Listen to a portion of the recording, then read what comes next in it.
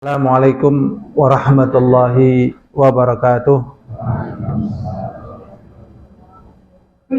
Innal hamdalillah nahmaduhu wa nasta'inuhu wa nastaghfiruh wa na'udzu billahi min shururi anfusina wa min sayyiati a'malina. May yahdihillahu fala mudilla lahu wa may yudlil فلا هادي له أشهد أن لا إله إلا الله وحده لا شريك له وأشهد أن محمدا عبده ورسوله اللهم صل وسلم على محمد ابن عبد الله الذي لا نبي بعده. Al-hadirun rahimani wa rahimakumullah. Kita bersyukur kepada Allah dijaga dan dimudahkan oleh Allah SWT untuk bisa hadir di majelis ilmu, karena ini adalah majelis yang menyebabkan hidupnya hati kita, majelis yang menyebabkan kita bisa melihat, karena sesungguhnya orang yang berilmu pada kedudukan melihat, sedangkan orang yang tidak berilmu pada kedudukan buta dan kegelapan. Di dalam surat Al-Baqarah Allah SWT berfirman, Allahu waliyul ladzina amanu yukhrijuhum minadh-dhulumati ilan nur walladzina kafaru awliya'uhumut taghut yukhrijunahum minan nuri ila dhulumat ulaika ashabun nar hum fiha khalidun. Allah Subhanahu wa ta'ala adalah pembela, penolong, pelindung, penjaga bagi orang-orang yang beriman. Yukhrijuhum minadh-dhulumati ilan nur. Allah mengeluarkan manusia dari kegelapan, terutama kegelapan kesyirikan, kegelapan kebid'ahan, dan kegelapan hawa nafsu, kebodohan. Ini gelap. Ilan nur, kepada cahaya, cahaya tauhid, cahaya sunnah, cahaya ilmu, cahaya menjauhkan dari perkara mudarat yang tersamar, menjauhkan dari perkara yang nampaknya manfaat tetapi mudarat. Ini dengan cahaya. Allah keluarkan orang-orang yang beriman tadi dari kegelapan bercahaya, tentunya dengan ilmu. Maksudnya ilmu yang Allah turunkan di dalam Al-Quran, yang hampir semuanya atau semuanya ini berisi tauhid. Dan ilmu yang diturunkan kepada Rasulullah SAW itu al-hadits. Ini adalah ilmu, dan itulah ilmu. Karena dengan ilmu ini kita akan diberi oleh Allah SWT taufik untuk mendudukan hal-hal yang Allah ilhamkan kepada manusia untuk perkara-perkara yang dibutuhkan oleh manusia sebagai alat untuk kemudahan hidup mereka. Jadi yang namanya ilmu sebenarnya ilmu tauhid ini, ilmu syariat ini. Yang lainnya itu secara gharizah, secara insting atau secara tarbiyah amah, tarbiyah umum. Tarbiyah amah itu tarbiyah dari Allah SWT secara umum. Binatang, orang beriman, orang kafir, orang sekolah, orang nggak sekolah, orang badui itu diberi tarbiyah amah, yaitu bagaimana dia memenuhi kebutuhan hidupnya dan memudahkan hidupnya, pakaiannya, kendaraannya, rumahnya. Itu tarbiyah amah secara umum. Ya, model pakaiannya, model makanannya. Ya. Adapun agama ini namanya tarbiyah khasah, seperti keimanan, tauhid. Nah, tarbiyah secara khusus. Nah, makanya hidupnya orang itu dengan mempelajari tauhid, sehingga dia paham tentang apa sih sesungguhnya yang pokok bagi manusia, sehingga manusia itu bisa memahami tujuan dia hidup di dunia ini. Yang pokok adalah dia mengilmui kewajiban yang harus dia tunaikan kepada penciptanya, yang memberikan rizki kepadanya, yang memberikan istri, memberikan suami, memberikan tempat tinggal, memberikan udara, memberikan segala apa yang dibutuhkan. Itu yang pokok. Adapun yang lainnya hanyalah penyerta, pendukung. Sebagaimana yang Allah SWT sebutkan, wa ma khalaqtul jinna wal insa illa liya'budun. Ma uridu minhum min rizqin wa ma uridu minhum ayyut'imun. Innallaha huwa razzaq dzul quwwatil matin. Jadi pada potongan ya, pada potongan ma uridu minhum min rizqin, aku tidak butuh dari mereka rizki. Allah enggak butuh rizki-rizki kita. Wa ma uridu minhum ayyut'imun, dan aku juga tidak butuh mereka memberikan makan kepadaku. Karena apa? Innallaha huwa razzaq. Sesungguhnya Allah adalah zat yang maha pemberi rizki. Rambut ditumbuhkan di kepala kita, rasa ditumbuhkan di dalam hati kita, sensitivitas ada dalam kulit-kulit kita. Banyak sekali nikmat yang Allah berikan, bisa melihat, bisa mendengar. Ini semuanya tujuannya hanyalah untuk perwujudan pada ayat yang sebelumnya, yaitu kita beribadah kepada Allah SWT. Jadi untuk tujuan ibadah, Allah ciptakan langit, ciptakan bumi, tanaman, semuanya diciptakan. Nah, sehingga tatkala manusia memahami tauhid, maka dia akan tahu kemana dia membawa dirinya, membawa keluarganya, membawa kehidupannya, dan kemana dia akan berakhir, dan apa yang akan dia dapatkan dalam perjalanan hidupnya, dan apa yang didapatkan oleh orang-orang dari perjalanan hidupnya. Nah, tatkala Allah mudahkan kita untuk hal yang demikian itu dengan kita mempelajari tauhid, maka ini adalah satu pertolongan dan satu kebaikan Allah SWT kepada kita. Hadirin azani wa azakumullah, insyaallah dalam pertemuan kita kali ini kita akan membahas dua jenis tawakal yang terlarang. Dua jenis tawakal yang terlarang. Dan kemarin sudah kita bahas tentang tawakal, hukumnya fardu. Tawakal adalah kedudukan yang tertinggi dari kedudukan iyyaka na'budu wa iyyaka nasta'in. Kedudukan tertingginya adalah tawakal. Kemudian tawakal itu mengumpulkan seluruh daripada jenis ibadah. Ya, dan tawakal ini hanyalah pada perkara-perkara yang diperintahkan, pada perkara-perkara yang halal. Adapun perkara yang haram, misalnya saya harus tawakal, mau pasang nomor. Nah, ada kemungkinan menang, ada kemungkinan kalah, tapi saya harus tawakal. Barang siapa yang bertawakal kepada Allah, maka Allah akan mencukupinya. Nah, ini nggak boleh. Saya harus mencuri dan seterusnya. Ini jadi pada perkara yang halal, pada perkara yang diperintahkan. Ya, perintahkan. Dan juga nanti akan ada pembahasannya. Jadi tawakal ini merupakan agama yang terbesar yang ada pada agamanya para nabi. Jadi agama yang terbesar yang ada pada para nabi adalah tawakal. Tanpa tawakal, mana mungkin akan mampu menjalankan hal-hal yang sangat berat. Ya, sangat berat karena itu harus berhadapan dengan hawa nafsunya. Juga harus berhadapan dengan hawa nafsu orang lain. Nah, berat sekali. Tetapi dengan tawakal, kemudian Allah mengetahui hamba-hambanya yang sungguh-sungguh dan hamba-hambanya yang berpura-pura dari sisi tawakal yang ada pada dirinya. Hadirin rahimani wa rahimakumullah.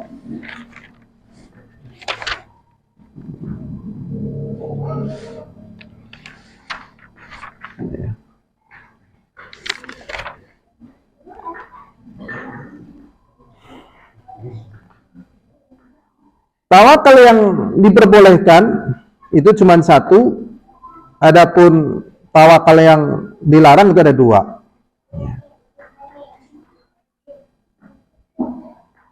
Yang pertama, at-tawakkulu fil umuri allati la yaqdiru 'alaiha illallah. bertawakal pada perkara yang tidak mampu kecuali Allah. Kalladzina yatawakkaluna 'alal amwat, seperti orang yang bertawakal kepada mayit. Bertawakal kepada mayit. Bagi akal kita tatkala zaman sehat itu aneh kok tawakal pada mayit. Tapi kenyataannya banyak manusia yang bertawakal kepada mayit. Engkau tuli bae nulung. Ya, engkau bae tuli nulung. Men. Dewek ora bisa males, bae dewek engkau. Ya. Kok diparani engkau mae. Ya. Atau juga kadang nakut-nakutin. Kalau kamu tidak melakukan ini, nanti kamu akan didatangi oleh ini. Misalnya disebutkan orang yang telah mati. Nah ini mengerikan. Ini nggak boleh bertawakal kepada mayit. Wattawahid, dan juga tauhid-tauhid. Fi raja'i madalibihim, dalam mengharap permintaan mereka. Dari pertolongan, penjagaan, rizki, atau syafaat. Fahadha syirkun akbar. Ini syirik besar. Ya, ini syirik apa? Besar. Ini masalah seperti ini jalurnya adalah khurafat. Jadi memunculkan berita-berita dusta tentang amwat. Ya, sehingga terkadang orang tatkala hidup nggak dimuliakan, begitu mati lebih dimuliakan lagi. Bahkan masjid-masjid tak sebesar kuburan-kuburan. Dan terkadang orang berdoa di kuburan itu melebihi tatkala mereka berdoa di masjid. Kalau di masjid nggak bisa nangis, di kuburan nangisnya super. Nah, bahkan yang jadi masalah itu kuburan selain kuburan Nabi ditulis ini adalah kuburan Nabi. Ini kuburan Nabi sedang dibuka dan seterusnya. Padahal itu bukan kuburan Nabi. Ya, jadi kadang orang nggak tahu, ditipu ya dengan tulisan di kuburan Nabi, ini juru kuncinya ini, ya. Naudzubillah. Yang sering ini kuburannya kuburan di Turki. Nah, di antaranya Turki. Apakah benarkah Turki? Ya, Mesir juga bisa ya dimunculkan. Tapi karena orang Indonesia nggak tahu bahasa Arab dan sebagainya, nggak bisa membaca tulisan Arab, cuma di tulisan Indonesia ini kuburan Rasulullah, akhirnya percaya. Padahal itu bukan kuburan Rasulullah. Nah, di situ betul-betul mereka ya lebih bertawakal kepada si mayit dibandingkan mereka bertawakal kepada Allah. Berikutnya, yang kedua, bertawakal kepada sebab-sebab yang nyata. At-tawakkul fil asbab adh-dhahirah. Bertawakal pada sebab-sebab yang nyata. Kama yatawakkal ala amirin aw sultanin fima aqdarahu Allah Ta'ala alaih. Misalnya rakyat bertawakal kepada pemerintah, kepada penguasa, pada perkara apa? Rizki. Yang dari pemerintah kayak kie ya orang bakalan kayak kie gitu. Pokoknya sekarang kita udah aja percaya aja sama pemerintah misalnya. Kita tawakal aja sudah. Ya. Ini karena memang pemerintah itu punya kemampuan dalam mengatur kebijakan dalam macam-macam yang tidak mampu seperti kita ini. Ya.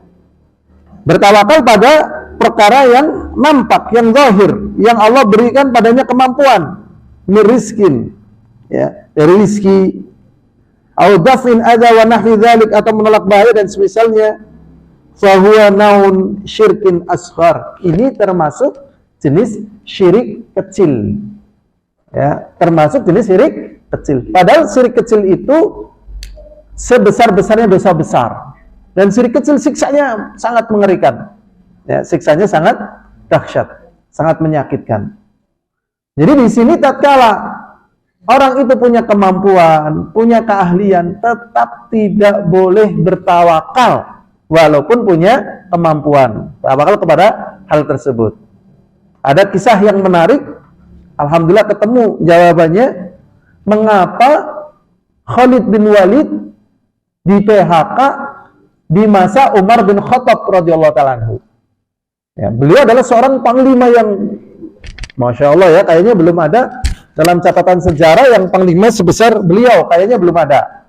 Ya, memang beliau dari kecil karena anaknya orang kaya, ya namanya orang kaya kan nggak kerja, nggak ngapain gitu ya. Namanya orang kaya kerja juga buat apa juga ya kan? Orang kaya kalau kerja buat apa coba? Duitnya udah banyak ngapain ya kan? Orang yang kerja kan biasanya orang yang butuh duit ya kan? Kalau sudah banyak duit ngapain kerja ya kan? Apa? Lihat duit mau ngapain, jajal duit pirang-pirang lah, sampai sekeranjang pada tinggal. Ya sehingga juga ngapa lah duit ngapa, urut duit bebel, bosen ya kan? Ya ngapain dari orang kaya? Nah, akhirnya beliau kegiatannya sejak kecil itu sudah biasa melakukan perjalanan ke luar negeri, ya, ke luar negeri, ya, ke Persia, ke Romawi dan seterusnya, ikut kafilah dagang. Dia nggak ikut dagang, cuma numpang dolan. Ya, numpang apa? Dolan. Nah, kemudian dia belajar di negeri-negeri di mana dia dolan itu berbagai macam strategi perang. Nah, berarti otaknya nyambung ya, bisa menyerap perkembangan teknologi, perkembangan strategi perang, perkembangan macam-macam. Nah, tatkala beliau masuk Islam, ternyata strategi perang beliau sangat bermanfaat bagi kaum muslimin. Sehingga beliau tatkala sudah jadi kaum muslimin, kemudian mulai membawa pasukan, beliau berperang melawan musuh sebanyak 100 kali perang. Dan sebanyak 100 kali perang ini belum pernah kalah. Masya Allah. Hebat ya? Hebat loh. Hitler aja kalah loh. Hitler itu perang banyak kalah itu. Dan Hitler, dan bala tentaranya juga karena gak belajar tauhid. Sebenarnya Hitler itu masuk dalam kategori orang-orang yang gak bertanggung jawab. Ya, kalau antum baca sejarahnya Hitler itu nggak bertanggung jawab, karena tatkala dia kepepet bunuh diri, pasukannya tatkala kepepet, ya dari panglimanya punggawanya bunuh diri juga. Ya Allah, kalau kayak gini mah, semua orang mah berani ya kan, bikin ulah setelah kepepet bunuh diri, kan namanya nggak bertanggung jawab, ya kan? Orang beriman nggak kayak gitu itu, waliyadzubillah. Dan banyak sekali tokoh-tokoh yang intinya lah, ya Allah nggak bisa dibandingin, ya nggak bisa dibandingin. Karena beliau mendapatkan rekor yang bahasa kitanya sangat fantastis ya, dalam catatan sejarah juga sangat apa? Fantastis ya. Fantastis ya, kayak loh kok bisa ya gitu kan. Ya semuanya dengan kehendak Allah. Akhirnya muncul ya namanya manusia ya. Wajar terjadi, muncul nek perang karo Khalid bin Walid mesti menang. Lah ini masuk dalam kategori syirik kecil. Memang beliau mampu, memang beliau hebat, tapi tidak boleh tawakal kepada beliau. Tetap tawakalnya kepada Allah. Ini kalau tidak terbimbing tauhid, mudah sekali manusia terjatuh pada syirik. Misalnya karena kontes balapan darat menang terus, ping 1 second orang tahu kalah. Arti kontesnya mana nih? Siapa menang? Mesti menang, ya kan? Rata kebanyakan orang akan mengatakan apa? Mesti menang. Apakah mesti? Belum tentu. Mungkin pas kontes ke 169 gitu ya, tatkala terbang oleh Allah dicabut nyawanya, mati. Menang apa kalah? Kalah, mati kok. Ya kan? Gimana? Berarti 3 disit ya kalah ya kan? Iya, 3 disit ya kalah.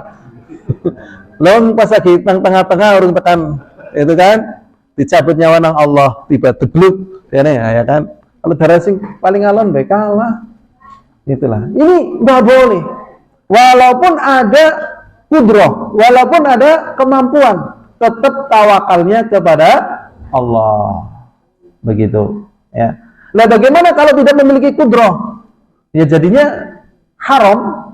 Kalau dia tawakal itu jelas syirik besar. Contohnya misalnya begini. Ini pedang ini insya Allah buat nebas pohon pisang, jadi langsung tebas. Jadi kita tawakal kepada Allah, bismillah, jelang jadi.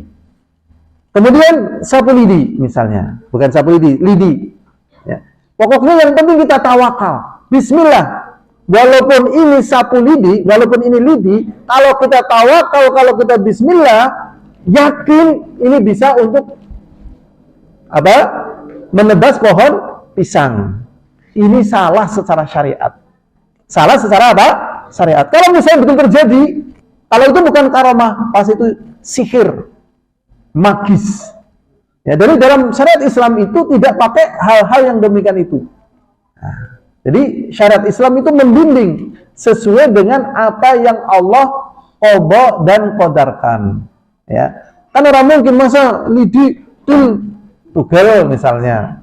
Wis sing penting siki tawakal ndonga bismillah, ngakehna sholawat, ngakehna zikir. Nek nunggang pesawat terbang ora mampu, ora apa-apa. Cukup sajadahmu sing penting tawakal, mabur tekan Mekah. Sing penting tawakal yakin kepada Allah. Benar apa salah? Salah secara ilmu syariat. Hayal, kalau terjadi syaitan. Kalau terjadi itu adalah apa? Syaitan, kerjasama antara manusia dengan syaitan. Digelar, gelar nunggang. Ternyata mabur tenang. Wah, syaitan ini, ya. Karena Allah tidak takdirkan sajadah ngomabur. Sehingga mabur ya pesawat terbang gitu lah. Nggak ada tuntunan syariahnya sajadah ngomabur, ya sapu lidi ngomabur.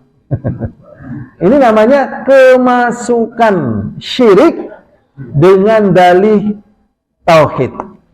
Nah, karena kalau jelas-jelas syirik orang nggak mau, tapi syirik berbaju tauhid, lah inilah jempolan. Ini namanya baru ilmu putih. Kalau itu kan ilmu hitam ya, ini ilmu putih gitu kan. Padahal sama-sama minta bantuan kepada syaitan. Ini dua tawakal yang terlarang. Pertama syirik besar, yang kedua syirik kecil. Dia mampu, tapi tatkala kita bertawakal kepada hal tersebut, malah jadinya syirik. Jadi kalau dia mampu, ya kita tetap bertawakal kepada Allah. Semoga Allah mudahkan. Ini motormu bisa nggak dibawa ke Purwokerto? Misalnya Vario tahun 2020, masih seger, masih sehat, ya kan? Kita jawab gimana? Insya Allah, semoga Allah mudahkan. Mesti bisa, orang mungkin, nek orang bisa pecet jempolku. Ini gimana ini? Syirik Allah dengan mudahnya. Ya, begitu berjalan ternyata ada api yang masuk ke tangki dan meledak, kebakar. Ya kan? Bisa. Jadi tetap kita bertawakalnya kepada Allah. Ya, jadi penipuan atas nama tawakal. Kowe kena diabetes ya? Iya. Umbe uyuhmu, diumbe. Lah apa mari sementing tawakal, yakin. Ki wis diwarai nang mbah-mbah dewek. Tawakal, umbe bae. Pesing ora apa-apa. Arep mari atau arep pesing. Ya mari umbe bae. Wis juga wis pirang gelas, wis bergelas-gelas, wis mari apur urung. Engko maning terus sementing tawakal. Boleh apa tidak boleh? Tidak boleh karena tidak mengandung unsur obat. Dan ini sudah ada dalam Sahih Bukhari, jadi praktek. Orang yang sakit diabetes, istilahnya maradus sukar, dengan air kencingnya, itu sudah terjadi. Sampai Bukhari mengatakan ini tidak ada gunanya. Ya, dalam sahihnya itu disebutkan, kalau memang itu bisa bentuk obat, maka Rasulullah dan para sahabatnya sudah melakukannya. Ya, berarti ini dusta. Ya. Al-hadirin, a'azani wa a'azakumullah, kita lanjutkan. Sedangkan yang ketiga, ini yang boleh, yang satu, yang dua nggak boleh. Wal wakalatu jaiz. Sedangkan tawakal yang boleh adalah tawakal seseorang di dalam mengerjakan perkara yang dia mampu. Niyabatan anhu, sebagai wakil dari orang lain misalnya. Misalnya seorang yang ahli metik kelapa. Ya, metik kelapa, dia bisa naik pohon kelapa, ya. Kita nyuruh, tolong petikan pohon kelapa saya. Maka kita bertawakalnya kepada Allah, kepada orang yang mampu naik pohon kelapa. Nah, ini yang boleh seperti itu. Ya. Dan dia hanya sekedar wakil, ya, pengganti dari apa yang kita lakukan. Adapun tawakalnya tetap kepada Allah Subhanahu wa ta'ala. Berikutnya hadirun azani wa azakumullah. Kita masuk kepada ayat yang ada dalam pembahasan tawakal. Di dalam surat Al-Anfal ayat 2, Allah SWT berfirman, "Innamal mu'minuna alladzina idza dzukirallah wajilat qulubuhum wa idza tuliyat 'alaihim ayatuhu zadatuhum imana wa 'ala rabbihim yatawakkalun." Allah SWT mengatakan, sesungguhnya orang-orang yang beriman adalah orang-orang yang apabila disebut nama Allah, hati mereka bergetar. Tapi tidak mesti hati yang bergetar itu menunjukkan dia beriman. Ya, coba kan kalau itu, ya kan sampai ya orang-orang sufi itu kadang ya Allah sampai nangis sampai mengerikan ya. Nah, untuk menunjukkan betul-betul dia apakah bergetar karena Allah atau karena zauq. Zauq itu artinya rasa. Ya, jadi kalau dia berdoa sambil bergetar sambil bergoyang kayak gini, dia merasakan adanya kenikmatan. Zauq ya. Makanya Imam Ahmad mengatakan kalau memang benar kepada Allah, dia bergetar sampai pingsan sampai jatuh, dia suruh baca Quran atau suruh sholat di tingkat, di loteng. Ini misalnya tingkat ya, rumah bertingkat gitu kan, loteng. Dia suruh baca Quran di situ, suruh sholat di situ. Ya, kalau memang dia baca Qur'annya bergetar sampai jatuh sampai pingsan karena Allah. Di loteng ya, di pinggir ini, di pinggirnya.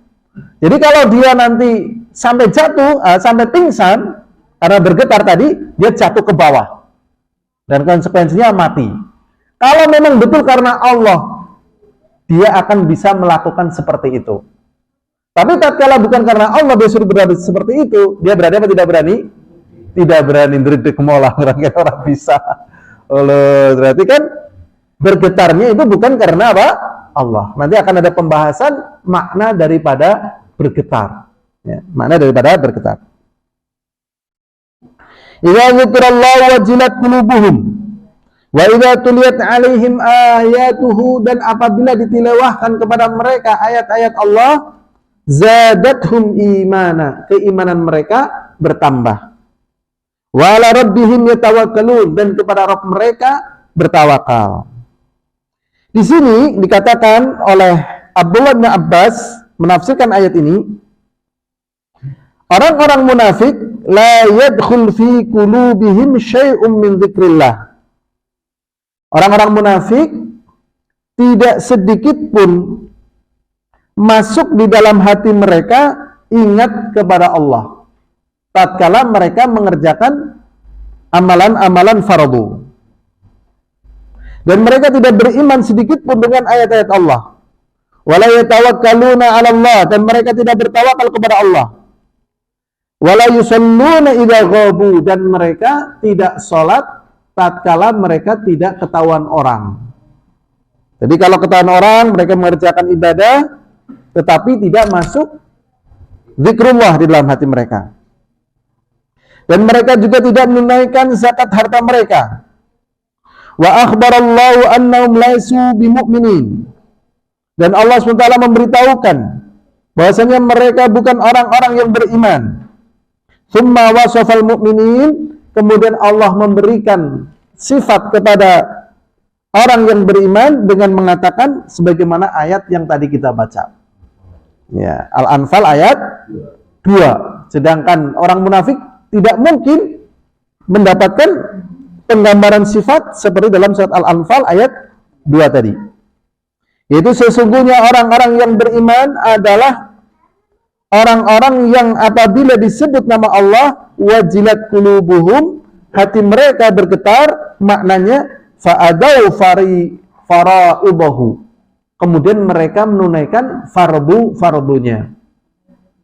Jadi bergetar hati mereka, maknanya mereka terus mengamalkan agama Allah. Ini lebih dahsyat daripada bergetar dalam artian ya tadi ya merasakan adanya dzauq ya. Karena terkadang hati mereka bergetar, setelah itu mereka melakukan hal-hal yang diharamkan oleh Allah Subhanahu wa taala. Hadis ini diriwayatkan oleh Ibnu Jarir dan Ibnu Abi Hatim.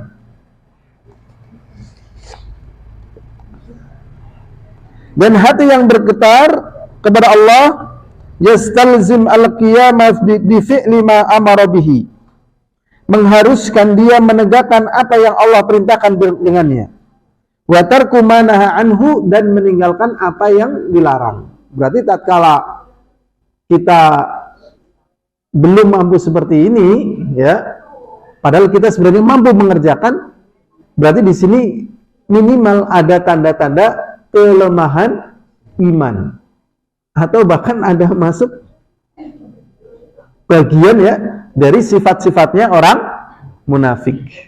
Ya, berarti memang orang beriman ini jadi kuat dengan ayat, ya, dengan ayat Allah Subhanahu wa Ta'ala. Misalnya dia dapat musibah yang sangat besar, boleh dibacakan ayat bahwasanya semuanya ini milik Allah dan Allah lah yang kuasa. Kapan Allah ambil, ya kita nggak bisa nolak. Atau juga ada orang diberi rizki, ternyata orang yang diberi rizki adalah orang yang kita tidak suka. Kadang kita ingin, ya Allah kok bisa ya dia yang begini malah dapat, saya enggak. Nah, diingatkan bahwasanya yang beri rizki adalah Allah. Maka tatkala dia memang orang beriman mendapat hal demikian, plong, harus plong ya. Karena memang tidak ada yang bisa menolak tatkala Allah SWT memberi. Dan tidak ada yang bisa menahan tatkala Allah SWT mencabut. Seperti misalnya ya, orang-orang kafir di dunia ini secara umum kaya-kaya atau miskin-miskin, Eropa, Amerika, Inggris, Italia, ya kan? Kaya-kaya kan? Dari mana kekayaan mereka sesungguhnya? Dari Allah. Sebenarnya dari Allah itu. Apakah karena kekafirannya? Wallahu alam. Bisa jadi karena mereka kerja keras, ya. Siang buat malam, malam buat siang, pokoknya kerja gitu. Karena mereka kerja dikasih oleh Allah. Karena mereka minta dunia dikasih oleh Allah, gitu. Dikasih. Begitu. Kemudian kalau kita marah-marah, ya nggak benar juga. Wong itu kehendak Allah SWT. Nah, tapi kekayaan dengan kekufuran, kekayaan itu tidak bermanfaat. Kekayaan dengan kekufuran, kekayaan itu tidak bermanfaat. Ya, bahkan mudarat bagi dirinya, bagi orang lain. Kefakiran dengan keimanan yang sempurna tidak membahayakan. Ya, tidak apa? Membahayakan. Ini jadi letaknya sebenarnya keimanan. Makanya berbahagialah wahai orang beriman dengan keimanan. Berbahagialah orang yang beriman dengan apa? Keimanan. Dan jangan sedih dengan sesuatu yang belum diberi dari perkara harta. Karena yang sering kita kan bayangannya bergaji wong sugih ya kan? Mesti berbeli mobil ya, bermotor ganti ya, anaknya jadi kayak ya, bayangannya kayak gitu. Sehingga melupakan kenikmatan yang banyak yang Allah berikan kepada kita. Tatkala lupakan kenikmatan, ya sudah, hidupnya jadi nggak nikmat. Ya. Tatkala melupakan kenikmatan, hidupnya jadi nggak nikmat. Firaun ya, contohnya yang udah sering buat contoh ya, Firaun. Kan nggak masuk akal ya. Firaun pasukannya banyak, kekuasaannya banyak, kekuatannya banyak. Baru mendengar bayi yang akan lahir tadi akan menggulingkan kekuasaannya. Bayi loh, itu sudah bisa menghilangkan seluruh kenikmatan yang ada pada Firaun. Sampai kalap cari bayi-bayi ini, pateni kabeh, pateni. Nalar apa mboten nalar? Mboten nalar, paranoid ini. Ya, ketakutan yang enggak ada gunanya. Pokoknya siapa saja yang kehilangan keimanan jadi paranoid. Paranoid artinya apa nggih? Si ngomong dewek malah orang ngerti gitu. Ya ketakutannya gak ada gunanya. Syadidul khauf, ketakutan yang luar biasa, yang gak ada gunanya. Makanya kekayaan dengan kekufuran gak ada manfaatnya, bahkan mudarat, dan nanti akan ditanya oleh Allah. Kemiskinan dengan keimanan tidak berbahaya. Nah, kekayaan dengan keimanan ya bermanfaat. Ya, bermanfaat. Makanya Masya Allah, ini ada rahasia di balik agama Allah. Makanya bagi para talabul ilmi yang mempelajari ilmu Alkitab dan Sunnah, kalau dia nggak semangat menyampaikan ini berbahaya. Apalagi di masa kita ini, ya Allah, seluruhnya perkara dijejalkan ya, dijejalkan sehingga kalau umat tidak tahu di dalam memilah dan memilih, wah, otaknya penuh dengan sampah ya, otaknya penuh dengan sampah. Nah kalau banyak sampahnya ya nggak enak, nggak fresh gitu, nggak bahagia. Kalau yang dibutuhkan oleh dia di dunia ya bahagia, selamat, begitu. Rezekinya halal, saudaranya banyak, begitu. Tenang, damai, begitu. Nyampah, banyak apa? Nyampah. Hadirin rahimani wa rahimakumullah, kita lanjut lagi. Ini penafsiran dari yang lainnya. Insyaallah ya, baru bahas satu ayat, waktunya balapan ya, balapan. Mengaji telaten banget. Bayangan saya, pertemuan ini udah terakhir kita bahas tawakal. Ya, bayangan saya ya, tapi qadarullah masih belum nyandak, enggak apa-apalah, sabar. Berikutnya berkata Al-Imam As-Suddi. Tadi Abdullah bin Abbas, seorang ulama ahli tafsir, sahabat, kemudian juga ada ahli tafsir lagi namanya Al-Imam As-Suddi. Beliau menafsirkan tentang ayat alladzina idza dzukirallahu wajilat qulubuhum, yaitu orang-orang yang apabila disebut nama Allah hati mereka bergetar. Beliau menafsirkan huwar rajulu yuridu ayyuzlama. Ya. Kisahnya ini tentang seseorang yang ingin berbuat zalim atau berbuat maksiat. Kemudian dikatakan kepadanya ittaqillah, bertakwalah kamu kepada Allah. Kemudian hati mereka bergetar sehingga tidak jadi melakukan maksiat. Ini tanda orang yang beriman ya. Ini penyelamat betul ya, penyelamat betul keimanan ya, yang berat-berat lah ya, seperti kisahnya yang sudah pernah kita sebutkan ya, dari kalangan Bani Israel, seorang paman sangat cinta kepada keponakannya ya. Satu ketika keponakannya itu butuh duit, pamannya akhirnya kesempatan, ya kamu tak pinjemin duit, tapi dengan syarat kamu serahkan dirimu kepada diriku. Tatkala tinggal jatuhnya ke sumur, si wanita ini mengatakan, ya Abdullah, ittaqillah, la tukfir khatan illa bihaqqiha. Wahai Abdullah, takutlah kepada Allah. Janganlah kau patahkan cincin kecuali dengan haknya. Tidak ada yang menghalangi kecuali ketakwaannya. Masya Allah. Ini ketakwaan yang menyelamatkan dia dari dosa, dari aib. Ya, umumnya kalau orang diuji seperti ini berhasil atau gagal? Umumnya berhasil atau gagal? Gagal ya. Gagal lah kebanyakannya. Mulanya menaja gagal aja perek. Pokoknya naik urung mobil tuha aja diedekna ya. Saya melihat ada musibah baru dalam kehidupan kita yang namanya prewedding. Nah, ngerti nggih prewedding nggih? Iki kan urung akad nikah lho. Wis gondongan kaya ya Allah. Kuwi ngerti jor kowe. Wah, Masya Allah. Nek wedhus jarene bahasa Gemian nedak. Ngertos nedak jenengan? Nedak napa? Nyerobot lho. Nggih, nedak bahasa zaman dulu. Ya kan? Pokoknya sebelum ada kata qabil tuha, ya, timba tidak boleh dijatuhkan ke sumur. Paham nggih? Paham. Jadi tidak boleh terjadi hubungan suami istri ini. Hati-hati sekali loh di zaman kita ini, ya Allah. Kayak semi boleh. Kalau sudah cinta kayak boleh, ya Allah. Sudah tunangan kayak boleh. Ya, maka ada istilah prewedding. Ya, prewedding ini harus dihapuskan sebenarnya. Janganlah ya. Nggak boleh, tetap haram. Ya. Laki sama perempuan itu persis seperti biri-biri sama serigala.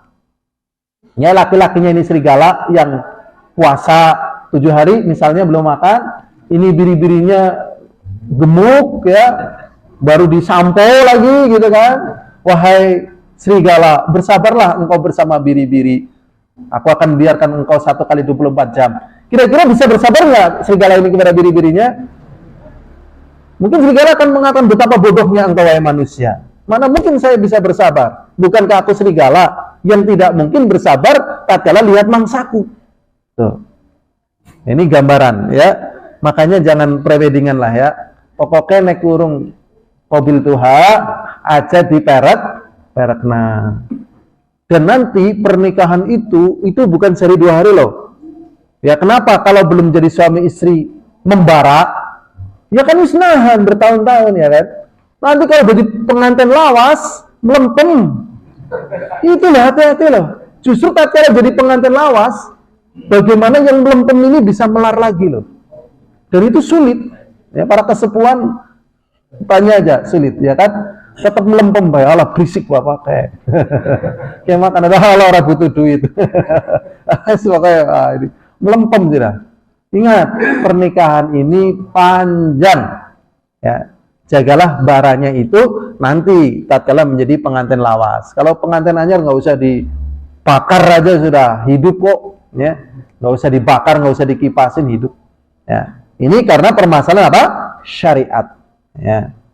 Bertakwalah kamu kepada Allah.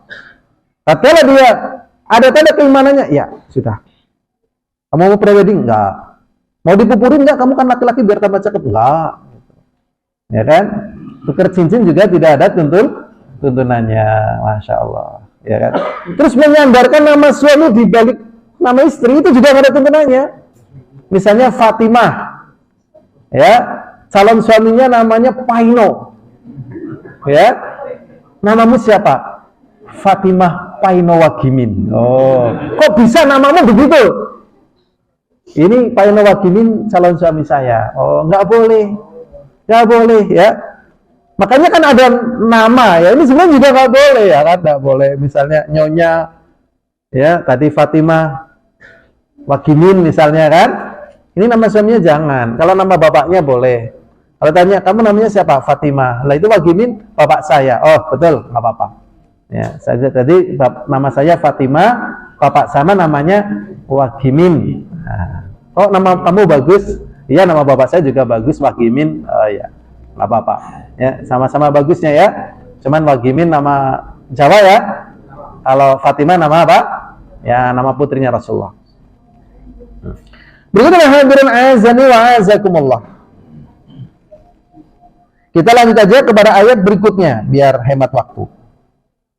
Nah, di dalam kitab antum ada itu. Ya, di dalam surat Al-Anfal ayat 64. Allah Subhanahu wa taala berfirman, "Ya ayyuhan nabi, hasbukallah wa man ittaba'aka minal mu'minin." Ini kata-kata ini Masya Allah ya, hanya berlaku bagi orang-orang yang beriman dan bertakwa. Allah mengingatkan kepada nabinya, ya ayyuhan nabi, wahai nabi, hasbukallah, cukup bagimu Allah. Jadi tatkala manusia itu sudah berjalan di atas kebenaran, diridhoi Allah, langkahnya tepat, tahapannya tepat, tidak perlu berkoalisi, tidak perlu melirik dengan perkara yang haram. Nah, ini kalau dalam bahasa Jawa sering diarani karo ulagaran. Lah bocah dadi sopir mengandalna iman takwa orang nganggo serep. Nah, ulagaran ya wajar dibegal, truknya digawa. Tuh, Masya Allah. Nah, serep seperti ini yang sering dimaksudkan serep ini kan syirik, ya apa tidak? Udah tawakal kepada Allah. Tawakal kepada Allah. Jimat, ya, dan seterusnya, jimat. Ya. Orang yang pakai jimat atau tadi pakai serep, di waktu yang Allah tentukan, jimatnya nggak bisa menolak ketentuan Allah. Adapun terkadang, ya, dia maling dah, 100 kali ditangkap nggak ketangkap, ya, pakai ajian katanya belut putih, ya. Jadi lunyu gitu kan, bahkan pakai ajian apa, membuka baju, loncat ke sana kemari nggak ada yang lihat. Ya, ketek putih, macam-macam itu ajiannya ya. Larinya bisa cepat, pakai ajian kijang mamprung. Nah. Ya, pas Allah takdirkan bermanfaat dengan kesyirikan yang dia gunakan. Tapi pada batas waktunya nggak ada sesuatu yang bisa menolak keputusan Allah. Kalau memang para dukun, para jimat bisa menolak keputusan Allah, orang dukun mati. Ya kan? Dan manusia perlu belajar teknologi, cukup pakai jimat, ya, pakai dukun. Ternyata dukun kalah sama teknologi. Memang dusta, ya. Kesyirikan itu dusta. Jadi tetap sebagaimana yang Allah SWT katakan kepada nabinya, wahai nabi, cukup bagimu Allah. Gak perlu kamu minder, takut. Karena tantangan yang dihadapi oleh nabi sangat-sangat besar. Seluruh penjuru dunia dengan jumlah tentara yang sangat banyak. Ini membutuhkan keberanian yang luar biasa. Nabinya sudah mencurahkan segala daya dan upaya, tapi musuh tetap lebih banyak. Bagaimana caranya? Udah cukup bagimu Allah. Karena kalau kamu tidak mencukupkan Allah, nanti yang rusak agamamu. Kalau agama rusak, diganti lagi sama nabi yang lainnya. Begitu. Makanya Masya Allah, di sini kekuasaan Allah, kekuatan Allah, kudrahnya Allah bertahta, ya, bertahta. Sehingga manusia dituntunkan untuk bertawakal kepada Allah karena manusia itu sering ngalami yang namanya bahasa Jawa itu jirih, ya, takut, ya kan? Udah weden, aras-arasen, ya, takut bayangan, udah cukup bagimu Allah. Ya ayuhan nabi hasbukallah, wahai nabi, cukuplah bagimu Allah. Wa manittaba'aka minal mu'minin, dan orang-orang yang mengikuti engkau dari kaum mukminin. Waktunya qadarullah habis, ya, habis. Ya, tapi di sini Masya Allah, ya, tatkala kita memiliki tawakal yang besar setelah mencurahkan kemampuan, ya, ini jangan sampai timbul, ya, perasaan takut, ru'ab, ya, takut atau khawatir. Kadang khawatir, takut datang, maka dilawan lagi dengan taklim, dengan zikrullah, dengan hal-hal yang bermanfaat sampai hilang. Sampai hilang. Kalau datang lagi dilawan lagi, datang lagi dilawan lagi. Harus dilewati, ya. Harus dilewati, ya. Hal-hal yang bermanfaat kan banyak. Bekerja halal boleh, berolahraga halal boleh, berzikir, wirid, sholat.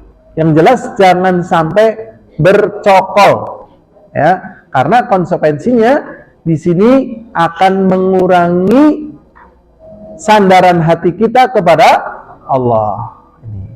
Ini saja yang bisa kita pelajari. Semoga ada manfaatnya. Apabila ada kebenaran datangnya dari Allah, apabila ada kesalahan datangnya dari diri saya sendiri dan juga syaitan. Ya, ada kata-kata yang kurang berkenan atau keliru, al-afu minkum. Walhamdulillahirabbil alamin. Assalamualaikum warahmatullahi wabarakatuh.